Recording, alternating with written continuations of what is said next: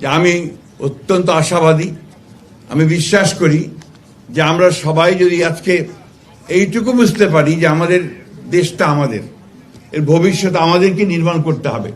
ওই আমেরিকা থেকে এসে ট্রাম্পও তৈরি করে দেবে না, বা আপনার চীন থেকে শি এসেও এটা করে দেবে না, অথবা ভারত থেকে মোদিও আমাদের ধাক্কা দিয়ে কিছু করতে পারবে না। এই যে বিষয়গুলো, এটা আমাদের মধ্যে, আমাদের মনের মধ্যে, আমাদের অন্তরের মধ্যে গেঁথে নিতে হবে, গেঁথে নিতে হবে। বাংলাদেশে অনেক রাজনীতি আছে।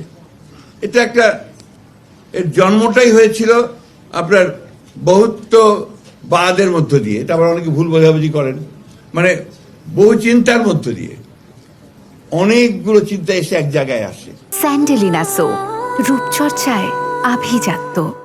আমরা বাংলাদেশের স্বাধীনতার সময় যখন লড়াই করি, তার আগে সেই সময় আমাদের নেতা অনেকেই ছিলেন, অত্যন্ত অত্যন্ত বড় বড় নেতা।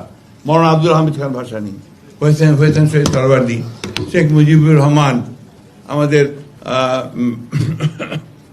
মাহবুবুল্লাহ শাহ আসেননি আজকে এখানে বোধহয়, তিনিও তখন বিরাট নেতা ছিলেন। এখানে বাদুল্লাহ বসে আছে, তারাও বড় নেতাই ছিলেন তখন। তো আমাদের এক একজন এক একটা চিন্তা ছিল। সেই চিন্তাগুলো ছিল যে কেউ আমরা সমাজতন্ত্র করব, কেউ সমাজকে পাল্টে দেব, কেউ কমিউনিজম করব, কেউ ধর্মীয় ব্যবস্থাকে এখানে প্রতিষ্ঠিত করব, ইসলামকে প্রতিষ্ঠিত করব, সব মিলিয়েছিল। তারপরে যুদ্ধ শুরু হয়েছে, তখন কি আমরা সবাই এক হয়েছি, এক হয়ে সে লড়াইটা লড়েছি। আজকে 24-এও সে একই ঘটনা ঘটেছে। বিভিন্ন চিন্তা ভাবনা নিয়ে আমরা এসেছি।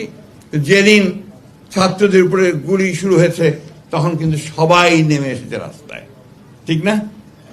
তো আজকে সেই একইভাবে আসুন আমরা সবাই এক হয়ে যাই। আমরা, সমস্যা আছে, সমস্যার সমাধান হবে। ইতিমধ্যে অনেক দূরে গিয়েছে। আমি প্রফেসর ইউনূস সাহেবকে ধন্যবাদ জানাতে চাই যে তিনি দায়িত্ব নিয়েছেন। আমার বিশ্বাসও আছে যে তিনি সফল হবেন। আমরা আসুন আমরা সবাই মিলে তাকে সাহায্য করে, আমরা নিজেদেরকে সাহায্য করে আমরা সঙ্গে। তবে একটা কথা খুব জোর দিয়ে বলতে চাই, গণতন্ত্রের কোনো বিকল্প নেই, এবং গণতন্ত্রকে চাপিয়ে দেওয়া যায় না।